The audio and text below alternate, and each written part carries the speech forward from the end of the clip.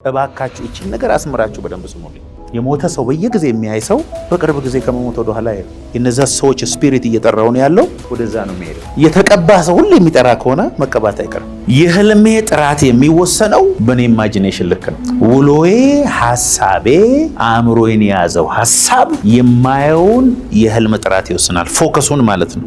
በአእምሮአችን መንፈስ ተለውጠን እግዚአብሔር ያየልንን ማሰብ በቻልን ልክ መንፈሳችንን ያንን ማየት ይችላል ማለት ነው። our limitation is our imagination። በላይ ያለውን እሹ በላይ ያለውን ፈልጉ እንጂ በዚህ በምድር ያለውን አይደለም። አንዳንዶቻችሁ የተዘረፋችሁት ጌታ እየነገራችሁ ከጌታ ከነገራችሁ ይልቅ የሰውየው የሚጣፍጥ አፍ ሸውዷችሁ እጮኛ ትይዛላችሁ። እግዚአብሔር አደገኛ ሰው እንደሆነ እየነገራችሁ በአፉ ደልሏችሁ ታገቡታላችሁ። ከዛ በኋላ እድሜ ዘመናችሁን ታለቅሳላችሁ። እግዚአብሔር አንተ እያለ እንደዚህ ያደረከኝ ትላላችሁ። እግዚአብሔር እንደሱ ውስጥ የለበትም። መንፈሳዊ ዓለም ነው ጉዙን ዓለም ገቨርን የሚያደርገው። ብታምኑም ባታምኑ ይመስለናል። ግን እኛ ራሳችን በሰብ ኮንሸሳችን ነው የምንመራው። ግን ኮንሸስ ሆነን እየተመራን ያለን ነው የሚመስለን። ኮንሸሳችን 5% ነው። ሳይንስ ያረጋገጠው ነው መነገራችን። በሳይንስ 5% ኮንሸስ ሲመራ 95% ሰብ ኮንሸስ ነው የሚመራው። ይሄ ሳይንስ ፕሩፍ ያደረገው። በጣም ነው የሚያሳዝነው። ኮንሸስ ማለት እያወቅን አስበን በኮንሽስነስ የምናደርገው ነገር የህይወታችንን 5% ብቻ ነው የሚለው። ሰብ ኮንሽሳችን ደግሞ ፕሮግራም የሚደረግ ነገር ነው። በሪፒቲሽን ደጋግሞ በማድረግ ቢሄቨራችን ሆኖ ሰብ ኮንሽሳችን ውስጥ የገባ ፕሮግራም ወደ ሪያሊቲ መምጣቱ ግዴታ ነው። ውድቀት ብትሉት፣ ቅባት ብትሉት፣ በነሳት ብትሉት፣ ጀግንነት ብትሉት፣ ፍርሃት ብትሉት ፕሮግራም። በልጅነትህ በሕፃንነት ያስፈሩ ፍርሃት እስከ ዛሬ ያ ነገር እየፈራ ነው የምትኖር። አእምሮአችን ውስጥ ያለው ቫይብሬሽን ራሱ እድሜያችን እስከ 7 ዓመት ያለውና ከ7 ዓመት በኋላ ያለው አንድ አይነት አይደለም። ካቶሊኮች ምንድን ነው የሚለው? ልጅህን እስከ 7 ዓመቱ ስጠኝ፣ እድሜ ዘመኑን ሁሉ ካቶሊክ አድርገዋለሁ ነው የሚሉት። አብዛኛው ባህሪዎቻችሁን ቼክ ካረጋችሁ እስከ 7 ዓመታችሁ በህይወታችሁ ውስጥ ፕሮግራም የሆነውን አሁን የምትኖሩት በጣም ከባድ ነው። ስለዚህ ሰብ ኮንሽሳችንን ማጠብ ያስፈልገናል። በአእምሮአችን መታደስ መለወጥ አለብን። እንደገና ሌላ ፕሮግራም እዛ ውስጥ ማስገባት አለብን። ይመስለናል እንጂ አብዛኛው ኮንፌስ የምናደርጋቸውን ነገሮች አልመዘገብናቸውም። አእምሮአችን መዝግቦ አልያዘውም። ስለዚህ አንዳንድ ሰዎች እችላለሁ የሚለውን ነገር ለማምጣት ይቸገራሉ። ለብዙ ዓመት አለመቻላቸውን ነው የሚያውቁት። ፕሮግራም ውስጥ ገብቶ አልችልም ብለህ ውስጥ ፕሮግራም ካደረከው ኮንሽስ እችላለሁ ቢልም የውስጠኛው አትችልም ይልሃል ከውስጥ። ስለዚህ የምትኖረው አለመቻልህን ብቻ ይሆናል ማለት ነው።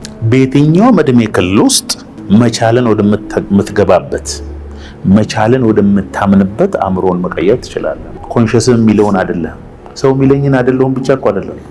ኮንሽስ የሚለኝን አይደለሁም፣ ሰብ ኮንሽስ ያለኝን ሁሉ ግን ነኝ። ደጋግመህ የምታስበውና ደጋግመህ የምታረገው ነገር ደጋግመህ ሀቢት የሆነ ነገር ሰብ ኮንሽስ እሱን ነው የሚያውቀው። በቃ የህይወት ፓተርን እሱ። ስለ ማይንዳችን ነው እያወራን ያለው። በጉዞ ዓለምና በመንፈሳዊ ዓለም መካከል ያለው ስዊች የሚያደርገው ፓርት፣ የሚቀይረው ፓርት ሐሳባችን ነው፣ ሰብ ኮንሽሳችን። መንፈሳዊ ዓለም ላይ ያለው ነገር ከፍጥረታዊው ዓለም የበለጠ ሪል ነው። በአይናችን የምናየው፣ በእጃችን የምንዳስሰው፣ በጆሮአችን የምንሰማው፣ በአምስቱ ህዋሳታችን የምናያቸው ነገሮች በጠቅላላ ሊሚትድ ናቸው። አይናችን ከዚህ ግድግዳ አልፎ ውጪ ላይ ያለው ነገር አያውቅም። አላየንም ማለት ግን የለም ማለት አይደለም። እዚህ ቤት ውስጥ ብዙ አይነት ሞገዶች እየተላለፉ ነው። በየስልኮቻችሁ ውስጥ ቴክስቶች እየገቡ ነው፣ ኖቲፊኬሽን እየገባ ነው። እዚህ አዳራሽ ውስጥ ብዙ አይነት የቴሌቪዥን ሞገዶች እያለፉ ነው። አላየናቸው። አላየህም ማለት የለም ማለት አይደለም። እንኳን የኛ በአይን እንኳን ብንሄድ የንስር አይን የሚያየውን እዚህ ውስጥ ሆነን ማየት አንችልም። ውሻ እዚህ አዳራሽ ውስጥ ብናስገባ እኛ ማሽተት ያልቻልነውን ብዙ ነገር አሽትቶ ከዚህ ቤት ውስጥ ያወጣል። አላሸተትክም ማለት የለም ማለት አይደለም። ሊሚትድን ማለት ነው። የሚገርማችሁ ግን በውስጣችን ያለው መንፈስ ግን ሊሚትድ አይደለም። ሊሚት የሚያደርገው የኛ አስተሳሰብ ነው። አያሳዝንም?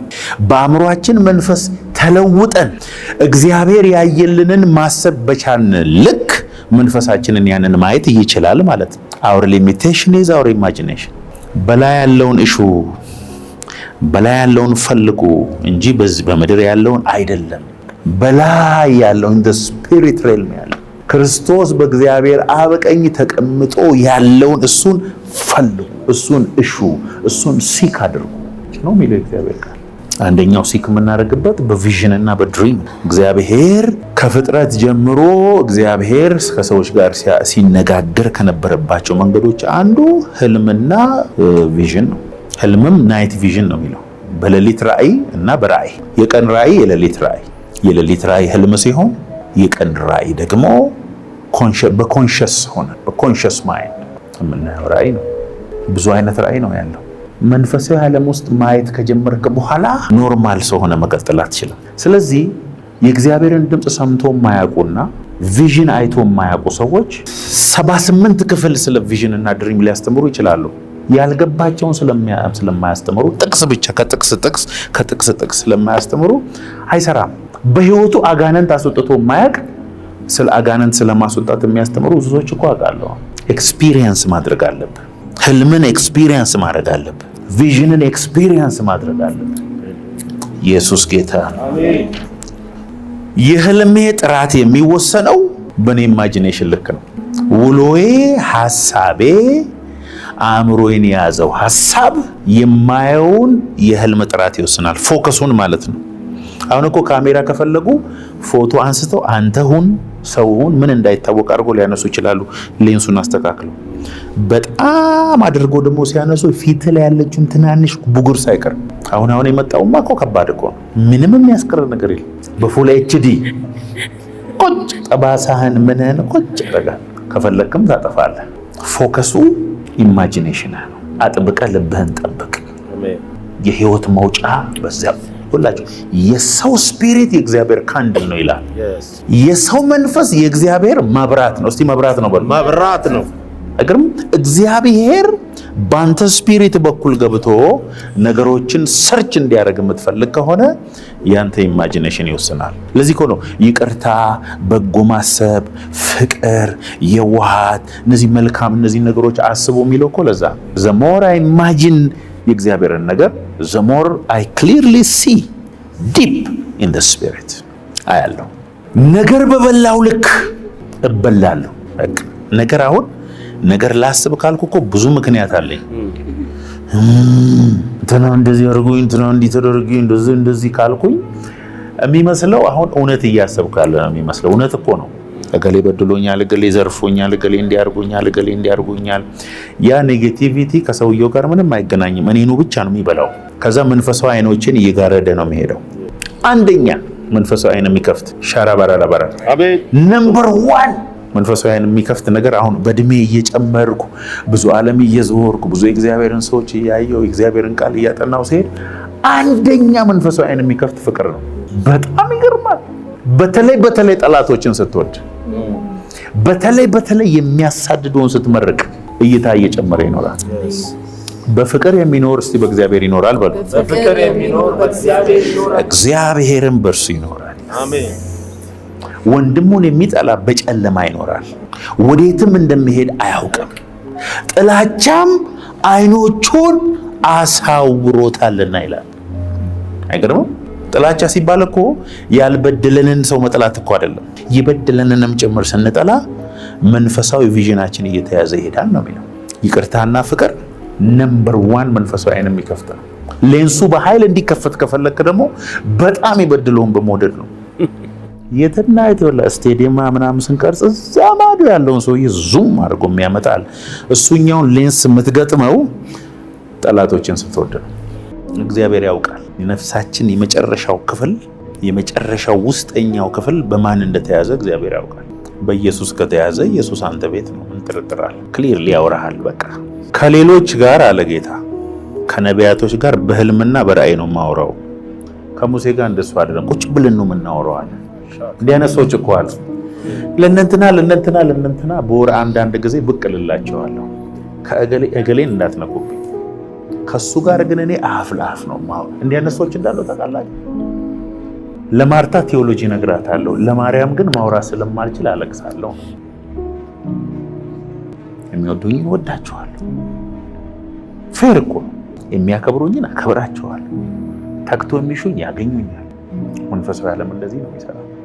የእውቀትን ልክ እግዚአብሔር በአንተ የመገለጡን ልክ አይወስንም። የፍቅር ልክ ግን የመገለጡን ልክ ይወስናል። ዘፍጥረት 15:1 በድጋሚ እስቲ እናያለን።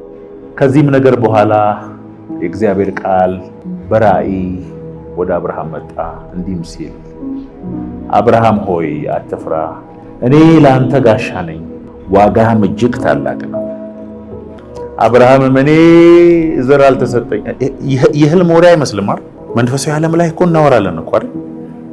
እንዋጋለን፣ እናወራለን፣ እናሳድዳለን፣ እንሰደዳለን፣ አሸንፈን እንነሳለን፣ አንዳንዴ ተሸንፈን እንነሳለን። አንዳንዴ የሆነ ነገር ሲያሳድደን እናድራለን፣ አንዳንዴ አሳደን ጠላታችንን ክትክቱን አውጥተን እንነሳለን። መንፈሳዊ ዓለም ላይ ያለን ፖዚሽን እኮ ነው የሚወስነው። እግዚአብሔር ግን ሳይናገረን፣ ሳያሳየን፣ ሳያስጠነቅቀን በህይወታችን የሚሆን ምንም ነገር የለም።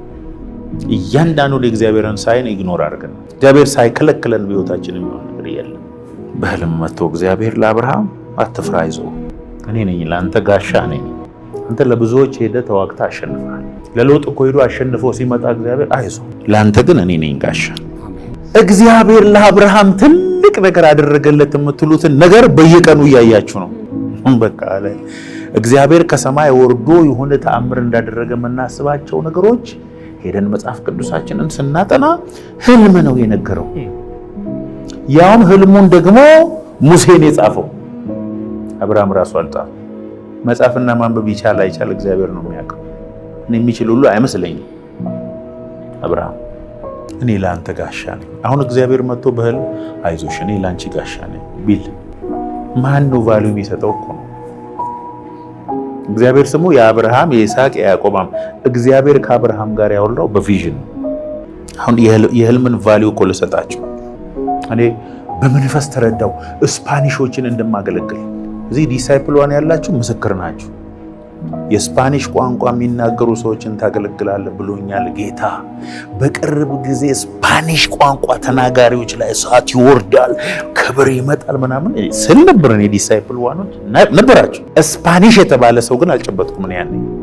እናንተ ዛሬ የሆነ ያለውን ያያችሁት ስፓኒሽ ወርልድ። በህልሜ ግን ስፓኒሽ ሳገለግል አየሁ። ብዙ ነገር እግዚአብሔር በህይወታችሁ የሚሰራውን አሳይቷችኋል። ስንቶቻችሁ በዛ አቅጣጫ ግን አክሽን እየወሰዳችሁ እንዳለ አላውቅም።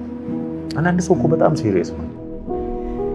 በቪዥን ያያችሁትና ልባችሁ ውስጥ የገባውን ነገር እርግጠኛ እንደሆነ አክት ማድረግ ሲጀምሩ ብቻ ነው በህይወታችሁ። ስላያችሁ እኮ አይሆንም። ያየው ነገር በቃ ሆኗል፣ በቃ ሆኗል። ቶቶቶ ስለሱ በቃ መጸለይ አቁም፣ አትጸልዩልኝ፣ ይሄ ነገር ሆኗል፣ በቅርቡ ታያለህ ብለህ በሱ ላይ አክት የምታደርገው ነገር ጌታ ኢየሱስ ምስክር ይሆናል። እንዲያው በቃ እንዲህ እግዚአብሔር ተናግሮኛልና እዚህ ላይ ጌታ እንዲያደርግ ጸልይ። አታጸልይ። እሱን ዝም ብለህ ሁሉ የሆንከውን ነገር ነው የምትሆነው። እስቲ በሉት የሆንኩትን ነገር ነው የምሆነው። በሉት የሆንኩትን ነገር ነው የምሆነው። ገብቷችሁ ይሆን? ጌታ ሆይ እቺ ብትገባችሁ በቃ የሆንከውን ነገር ትሆነዋል። እግዚአብሔር በኤክስኪውዝ አያምንም። ምንድነው ደብረ ዘይት ቢሾፍቱ ቸርች ላይ ምንም ሲጄ አትረዳኝም እኔ ዝም ብዬ እታገላለሁ ማለትም ይችላል። ከፈለገ ደግሞ እቺን የቢሾፍቱ ቸርች 200,000 ቸርች አደርጋታለሁ ማለትም ይችላል። አብቱ ይሄ ባይ ዘ ወይ እግዚአብሔር በእኛ የሚሰራው መጠን የሚወሰነው እንደ እምነታችን። አንተ ነህ ሊሚት የምታደርገው። እግዚአብሔር በሕይወትህ የሚሰራውን ሊሚት የምታደርገው አንተ ነህ።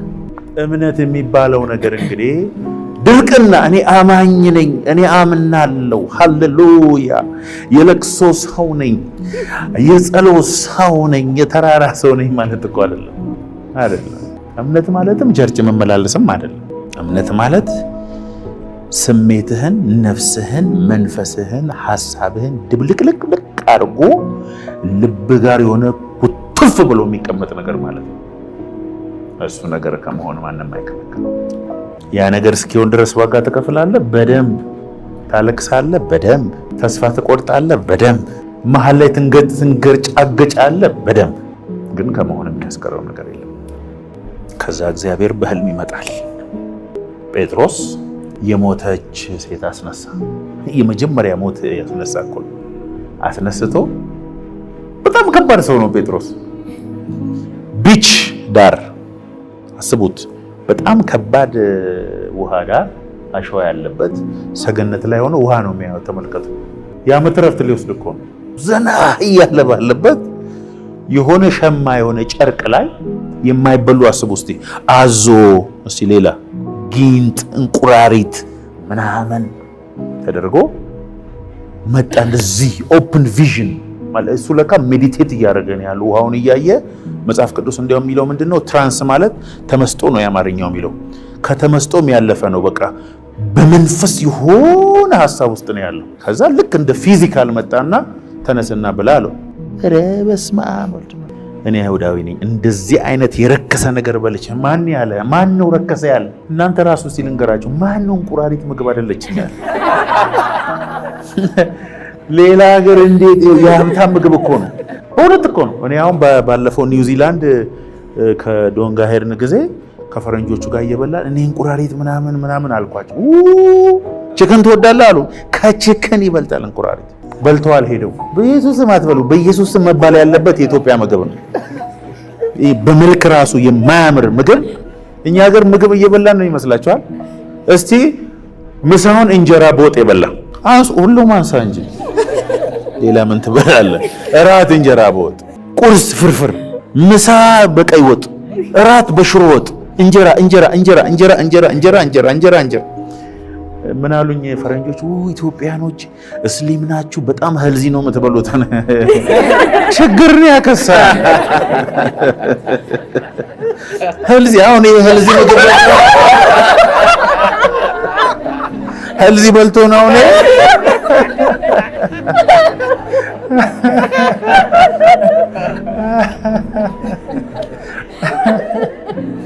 ምግባችን ጤናማ አይደለም። ስንት ሰዓት ሙሉ የተንተከተከ የተቃጠለ ምግብ ነው የምንበላው። ጃፓን ስትሄዱ እኮ 120 130 ምናምን እንዳለ ከተማውን የሞሉ ሰዎች ናቸው። አይሞቱ። ለውርስ እኮ ብጸልይ እኛ ሀገር እኮ የ70 ዓመት ሰው ፈረንጅ ሀገር 70 ዓመት እኮ በጣም ስትሮንግ ነው። ወደ ኤዥያ ሌላ ነገር የ100 ዓመት የኤዥያ ሰው ከኛ ሀገር 60 ዓመት የተሻለ ስትሮንግ ሄልዚ የሚበሉት እነሱ ናቸው። ከውሃ ውስጥ የወጣ ምግብ ነው የሚበሉት። እንቁራሪት በልቶ ማለት ነው። ብላ ሲለው አይሁዳዊ ስለሆነ ከዘር ማንዘሬ እንደዚህ አይነት በልተን አናውቅም። በዘር ማንዘሬ ሲል እግዚአብሔር የቀደሰውን አንተ አታረክሰውም ብሎ ሸማ ወዲያው ሲወሰድ በር ሲንኳኳ እኩል ሆነ። ማን ነው ሲባል ስምዖን የሚባል ሰው ፈልገን ይመጣ። ከየት መጣችሁ? ነገሩታ። ቆርኔሌዎስ የሚባል ሰው ነበረ። 9 ሰዓት ላይ አስገድዶ ያጸልየናል ሁላችንን ሳንፈልግ። ደስ አይልም? ቆርኔሌዎስ ስራ አቁም እያንዳንድ ምናምን ብሎ ያን ሁሉ ህዝብ ከስራ አስቆሞ ለእስራኤል አምላክ፣ ሊያውም እኮ ለሱ አምላክ አይደለም፣ እሱማ ጣሊያናዊ፣ የእስራኤል አምላክ እያለ የሚያመልክ ለድሆች መስዋዕትን የሚያደርግ ሰው ነውና በዛ 9 ሰዓት ላይ መልአክ መጥቶ እኔ ወንጌል መስበክ ስለማልችል ወንጌል የሚሰብክልህ ጴጥሮስ የሚባል ሰው ከ4 ቀን በኋላ ሄደህ የምታገኘው ከዚህ ሐዋሳ አካባቢ የሚኖር ሰው ስላለ ሄደህ አስመጣው ተባለ። ለቀናት ሄደው ሰዎቹ ጴጥሮስን ታሪኩን ሲነግሩት መንፈስ ቅዱስ ሳትጠራጠር፣ አሁን በቪዥን አይደለም አብረህ ሂድ ሲለው የማያውቃቸውን ሰዎች ሊገሉት ይሆኑ ምን ይሆኑ የማያውቃቸውን ሰዎች የኢነር ቮይስ ድምጽ ሰምቶ ተከትሎ ሄደ። ሲሄድ በቃ ሊሰግዱ ሲል ኧረ ተው እኔ ጋር ስግደት አይገባም፣ እኔ መልእክተኛ ነኝ ብሎ ስለ ናዝሬቱ ስለ ኢየሱስ ነገራቸው። እንደዚህ ብሎ እግዚአብሔር የናዝሬቱ ኢየሱስን በመንፈስ ቅዱስና በኃይል ቀባው፣ እሱም መልካም እያደረገ በአጋንንት የተያዙትን እየፈታ ሽባ እየተረተረ ዞረ አላቸው። እየተናገረ ያለ ቃሉን በሰሙት ሁሉ ላይ መንፈስ ቅዱስ ወረደባቸው። ስለ ልሳን አልተማሩም፣ ስለ ደህንነት አልተማሩም፣ ስለ ውሃ ጥምቀት አልተማሩም። ስለ ኢየሱስ ብቻ ሲሰሙ በልሳን መናገር ጀመሩ። በዚህ ዘመን ህልምንና ራእይን የሚቃወሙ ሰዎች አሉ። መንፈሳዊ ናቸው ስለጠፋ እነሱ የሰው ሁሉ አብሮ ባይዘው አይንህን እኮ ስትያዝ ሰዎችም ሁሉ አይናቸው የተያዘ ይመስላል። አይነ ስውር ሰው ቢጫና ቀይ ያውቃል እንዳወቀ አድርጎ ሊናገር ይችላል፣ ግን አያውቅም። ስለ ቢጫ የሆነ ሐሳብ ሊኖረው ይችላል እንጂ ቢጫን አያውቅም፣ ቀይን አያውቅም። በጣም የሚገርመው ሌሎቹም የሚያዩ አይመስለውም። በጭንቀት ላይ ስትሆን እኮ ሰው ሁሉ የተጨነቀ ይመስላል። መንፈሳዊ አይኖቻቸው የተያዙ ሰዎች ሌላም ሰው እያየ ያለ አይመስላቸው። አስቡት፣ ጴጥሮስ ያንን ቪዥን ባያይና ለቪዥኑ ታዞ ባሄድ ኖሮ የመጀመሪያው አሕዛብ ጀንታይ ጌታን አያገኝም ነበር። ከነሙሉ ቤተሰቡ በመንፈስ ቅዱስም በውሃም አይጠመቅም ነበር። ያንኑ ቀን እኮ ነው ውሃ ጥምቀት። 6 ወር የለም፣ ተከታታይ ትምህርት የለም። አሁን ምን አለ ሲባል እኮ ምንድነው 100 አለቃ ቤት እኮ ነው። ጣሊያኖች ወይዘው ዋና አላቸው። የዛን ዘመን ቤቱ ውስጥ ነው ያለው ዋና። አንተ እስካሁን የለም። ብናሸንፋለን ትታጠባለህ። የዛሬ 2000 ዓመት ቤት ውስጥ አለው እሱ ወስዶ እዛው ጥምቅ። በማን ስም? በኢየሱስ ስም። አሜን። ታራባላባ። ይሄም ደግሞ ሌላ ቴዎሎጂ ነው። መጽሐፉ ግን በኢየሱስ ስም አጠመቁ ይላል። እንኳን አጠመቁ። ኢየሱስ ምንም ኦቨርዶዝ የለውም። ኢየሱስ ጌታ። አሜን። በአብ በወልድ በመንፈስ ቅዱስ ስም ይበል አናውቅም። መጽሐፍ ቅዱሳችን ግን የተጻፈው በኢየሱስ ስም ውጣ። ጴጥሮስ አቤት አቤት! እግዚአብሔር ምን አይነት አገልግሎት ነው ያበ በአንድ ጊዜ ያ ሁሉ ሰው ወደ ጌታ መጣ። በአንድ ጊዜ ያን ሁሉ ሰው አጠመቀ፣ በመንፈስ ቅዱስ ተሞሉ። በምን አይነት ከትናንትና ወዲያ እኮ ከ3 ቀን ከ4 ቀን በፊት የሞተች ደግሞ አስነሳው። ሆሊ ጎስት ሻራቫጋታላ ማለት ከዛ ሲመለስ ወረዱበታል። እንዴነችና ለእስራኤል የመጣውን ነገር አንተ አሕዛብ ምን እኔ ማንኛ አለ። እኔ ነኝ እንዴ? እኔ መንፈስ ቅዱስን አዘዋለሁ። ስለ ኢየሱስ ተናገርኩ። ተጠመቀ ሲባል ተስማሙ እሱ። ያንንም ክርክር ነበር እኮ አንተ ቸርች ውጪ ያሉትን ሲጄ ትሄዳለህ እንዴ ምናምን የሚባሉ እኮ አሉ። ሆሊ ጎስት መጥቶ መጣ አልመጣ ምንድነው? ትራንስ መመሰጥ። እንደ ሀበሻ ዓለም ላይ የሚመሰጥ ሰው ግን አይቻላቅም። ታውቃላችኋል? እስቲ ዝም ብላችሁ ሂዱ። መንገድ ቆሞ ሁሉ ይመሰጣል። እኛ እዚህ ስናስቆፍር እስካቫተር ምንም ያስመስጣል። ህዝብ ሁሉ ተሰብስበው ቀኑን ሙሉ ያባራስ ያነስ በስንት መከራ እኮ ነው የምናባረራቸው። ሰው እየሮጠ ነው፣ ሰው እየሰራ ነው፣ ሰው እየታገለ ነው። እኛ ሀገር ብቻ ኢዮብ 4 ከ13 እስከ 16 በሌሊት ህልም አሳቢ ሲነሳ የከበደውን እንቅልፍን በሰው ላይ ሲወድቅ አጥንቴን ሁሉ ያናወጡ ድንጋጤና መንቀጥቀጥ ወደቁብኝ። መንፈስም በፊት ያለፈ የስጋዬም ፀጉር ቆመ። እርሱም ቆሞ መልኩን ግን ለመለየት አልቻልኩም። ምሳሌም በዓይኔ ፊት ነበረ፣ የዝምታም ድምፅ ሰማሁ። አሁን ሳይንስ ያረጋገጠው አንድ ሰው በአቬሬጅ በቀን እስከ 9 ህልም ያለ የሚያስታውሰው ግን 2 ነው። ተኝተህ ከ1 ሰዓት በኋላ ያለም እኮ ትዝ አይልህም። አንዳንድ ህልም እኮ ነቅታችሁ ሁሉ ይቀጥላል። አንዳንድ ህልም ደግሞ አይታችሁ ከሆነ እየሰማችሁት ካለው ውጪ እየሰማችሁት ካለው ህልም ጋር እየሰማችሁት ካለው ድምጽ ጋር ይቀላቀላል። ከሪያሊቲ ጋር ይቀላቀልባቸው። በውስጡ ማንነቴ ደጋግሜ ያየሁት ነገር ወደዳችሁም ጠላችሁም በሪያሊቲ መሆኑ አይቀርም። እባካችሁ እቺን ነገር አስምራችሁ በደንብ ስሙልኝ። በመንፈስ አይኖቼ ደጋግሜ ያየሁት ነገርና ሚሞሪ ውስጥ የተቀመጠ ነገር ከመሆኑ ወደ ኋላ አይቀርም። ለዚህ ነው የሞቱ ሰዎች ሲጠሩ የሚያሳየው አጋንንት። ለዚህ ነው ሰውየው ይሞታል። የሞተ ሰው በየጊዜ የሚያይ ሰው በቅርብ ጊዜ ከመሞት ወደ ኋላ አይልም። በቃ የነዛ ሰዎች ስፒሪት እየጠራው ነው ያለው፣ ወደዛ ነው የሚሄደው። የተቀባ ሰው ሁሉ የሚጠራ ከሆነ መቀባት አይቀርም። ቢያንስ ይሄን አሜን በሉ እንጂ። ሀብታም ሰውም ሲጠራ ሀብታም ከትም ብሎ ሀብታም ሰፈር የሚያውል ከሆነ ሀብታም መሆን አይቀርም። ብር ዝም ብለህ ስትቆጥር የምታይ ከሆነ መቁጠር አይቀርም። ውድቀት የምታይ ከሆነ ቶሎ ካልጸለይክ መውደቅ አይቀርም። ዝም ብላችሁ ቀን ቀን የምትነጫነጩ ከጌታ ጋር የምትውል በህልማችሁም ይቀጥላሉ። እግዚአብሔርን ልክ አይደለም እኔ ልክ የምንላቸው እኮ ብዙ ነገሮች አሉ። እንዴት ነው እኔ ልክ ሆኜ እግዚአብሔር ስተኛ?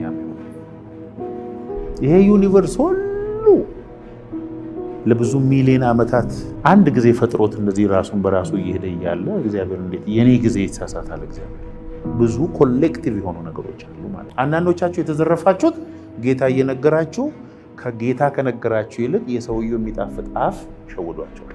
እጮኛ ትይዛላችሁ፣ እግዚአብሔር አደገኛ ሰው እንደሆነ እየነገራችሁ በአፉ ደልሏችሁ ታገቡታላችሁ። ከዛ በኋላ እድሜ ዘመናችሁን ታለቅሳላችሁ። እግዚአብሔር አንተ እያለ እንደዚህ ያደረከኝ ትላላችሁ። እግዚአብሔር እንደሱ ውስጥ የለበትም። ከኔ ጋር ናቸው ወገኖች? በሁላችንም በእኔም ጨምሮ ጠላት ኮንፊዥንን የሚያመጣብን በዚህ ነው። ይመጣና የነፍስ ክፍል ውስጥ ፕሮሰስ የሚያደርገውን ፓርትህን ያበላሽብሃል።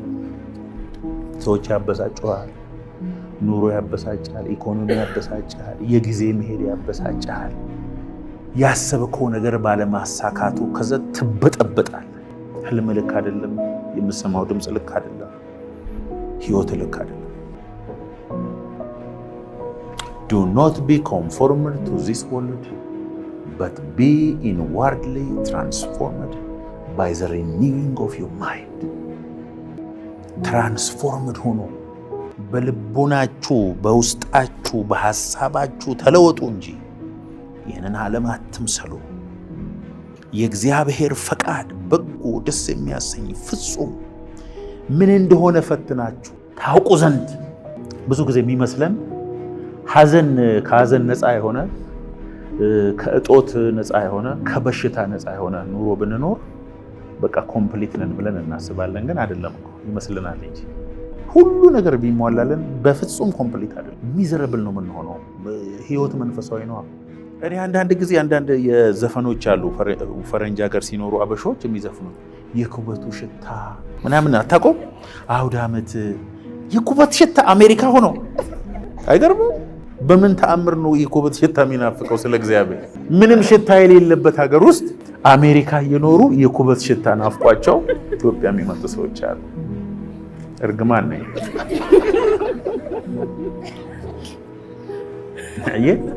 ስለዚህ ህይወት ማለት ማጣት፣ ማግኘት፣ መደሰት ምናምን ውስጥ ነው። ለእኔ ህይወት ማለት ክርስቶስ ዓለም ከመፈጠሩ በፊት ባንቺ ብቻ ሊሰራው ዓለም ከመፈጠሩ በፊት የጻፈው ኑሮ ኖረሽ ስታልፊ ብቻ ከመከራ ጋር እሱ ይሻላል። መከራ ፍሪ የሆነ ኑሮ ከመኖር አበንደንት የሆነ ሁሉ ነገር የተሟላለት ኑሮ ከመኖር ከነ መከራው፣ ከነ ለቅሶ፣ ከነ ደስታው፣ ከነ መውጣትና መውረዱ እግዚአብሔር በነፍሳችን ውስጥ ያስቀመጠው ኑሮ ኖረን ማረፍ ነው ይሻላል። እኛ እኮ እዚህ በጣም እንደ ትልቅ ነገር የምናየው ሌላ ሀገር ቆሻሻ ውስጥ የሚጣል መኪና የሚፈጭበት ቦታ ሄጄ በስቀቀን ያለበት የ2020 ሞዴል አዲስ መኪና አስገብቶ ሻካ ይፈጫል። እዛ የማየውን ቦታ ካቆምክ ቶል የሚባል አለ። ለምሳሌ አሁን እኛ ጋር የፈለክበት ታቆማለህ።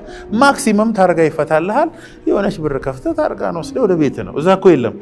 አንተ ሀገር ሰላም ብለህ ከሆቴል ስትወጣ መኪና ተጭኖ ሄዷል። እዛ የተጫነበት ቦታ ካልደረስክ ደግሞ ተፈጅቷል። ስለዚህ አባንደንት ላይፍ፣ ፔን የሌለው ላይፍ፣ የተሟላ ሁሉን ነገር የፈለግኩበት ቦታ ላይ ፍሪጄ ሙሉ፣ ባንኬ ሙሉ፣ ሁሉ ነገሬ ሙሉ፣ ሆዴ ሙሉ፣ ቁም ሳጥኔ ሙሉ ከሆነ እኔ በቃ በጣም ምርጥ ኑሮ ነው የኖርኩት ብለን እናስባለን።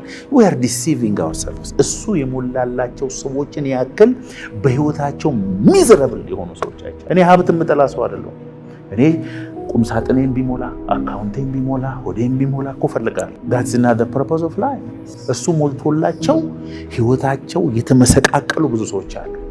እኔ ግን ደስ የሚለኝ ነገር አለ። መንፈስሽ ውስጥ የተጻፈ አሜን። አንተ ራስህ አልችለውም ብለህ የምታስበው እግዚአብሔር ግን ዓለም ከመፈጠሩ በፊት የጻፈው ነገር አለ። አሳይመንት አለ።